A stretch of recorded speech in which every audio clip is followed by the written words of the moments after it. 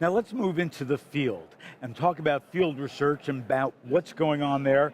With me is Curtis Rainbolt from BASF. Curtis, welcome to Thank the you. Eye. It's my pleasure to be here. So you spend a lot of time in fields. Yes. I've spent some time in fields, more when they were picking crops and so on, and actually being able to taste melons and potatoes and things right from the ground, which is a fabulous experience that I wish everybody could, and really get the taste of real food. But when you're out there, it's a whole different experience. What are you looking for in the fields? Well, really, it starts at the planting of the crop, or in permanent crops. It starts as they come out of dormancy following the winter. And we're looking at BASF, we're have solutions for pests and crops. And my job as a technical service representative is to help find how to best use our products and help develop new products for controlling pests in the field. And those pests can start, like I said, very early in the season at planting and throughout the season. And a lot of times it is later in the season as we near harvest, some of those crops can be more vulnerable. So I get to be out in the field. It's a great job. I get to spend time in the field pretty much from the spring all the way through the fall. So talk to me for a second about, hitting a crop late. Why would that happen? If a grower is doing everything right, and let's assume they are, why does it happen that all of a sudden one day they look and wow, we never saw that one coming? It can be challenging. Some of our, probably the one that's most challenging from that aspect is our diseases. We call them plant pathogens. And it really depends on the life cycle of the disease. Some of those are just things that will develop as that crop matures. And then someone will have a long... No control from the farmer. Well, there's things they can do, but it's not always easy to get the timing right.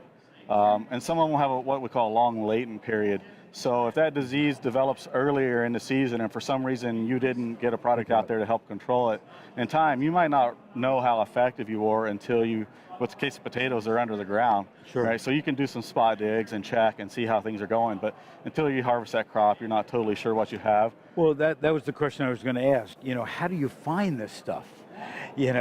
Before it's too late, because if you've got a problem, you harvest everything and then you look at it and go, wow, there goes this crop.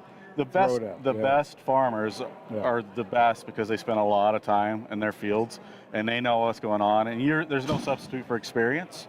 What we do, we can always do training and teaching them, but there's really the guys who have been out there, and no season is the same as the last season, but over the years you kind of develop an idea for the timing and things to look for, early signs, whether that's an insect pest, you have a threshold that if this insect level builds to a certain level, I need to start treating now before I have an economic loss in the crop. And if you look into your crystal ball 2, 3, 4 years in the future, what are the environmental impacts that you think can help the farmer or hurt the farmer, as we're discussing climate change and all these other weather conditions around the globe?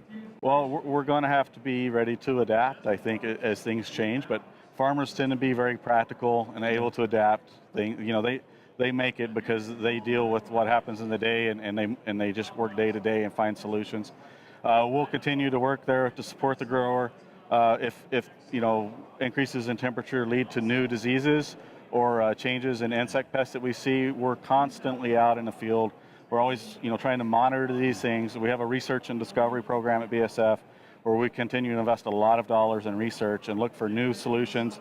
And so I think, if something new comes in, we're fast to react and have an opportunity to get in front of it and do our best to help that grower out of that situation. So potatoes are grown, obviously here in the U.S., in China, South America, in Europe, and in China and Europe, they're growing more than they ever have been. What are some of the diseases and some of the pests that you have to deal with outside of the U.S.?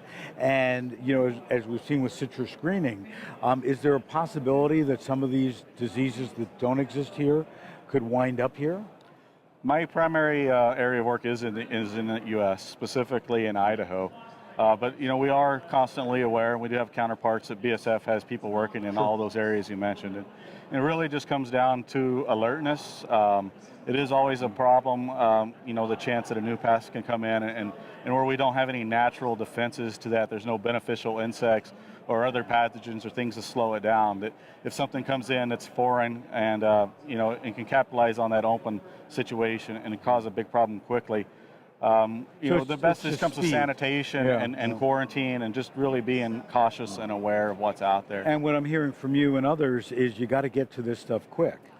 Really? So, not a beeper anymore, but I would imagine you're like a doctor on a beeper, and your cell phone at the ready, and all of a sudden you get a call from a farmer, and you got to get there. Right, that's, it's really one of the fun parts of the job when you do get to go out there and do something that can help someone who's, because growers, they're out there 7 days a week looking at the field, knowing what's going on. We do get those calls, and we consider that part of the service that we can bring to those customers. And it is nice when you have a solution. It's frustrating when you don't. I'm sure. Sometimes it takes a while too to get new pests added to labels and develop some. We don't just make off-the-cuff recommendations. We do a lot of research and make sure that everything is documented and labeled so that we can control that pest for the customer. Well, thank you so much for the work you're doing for the potato growers, and thank you for being here. I appreciate it. It's our pleasure. And we'll be taking a break, and we'll be right back.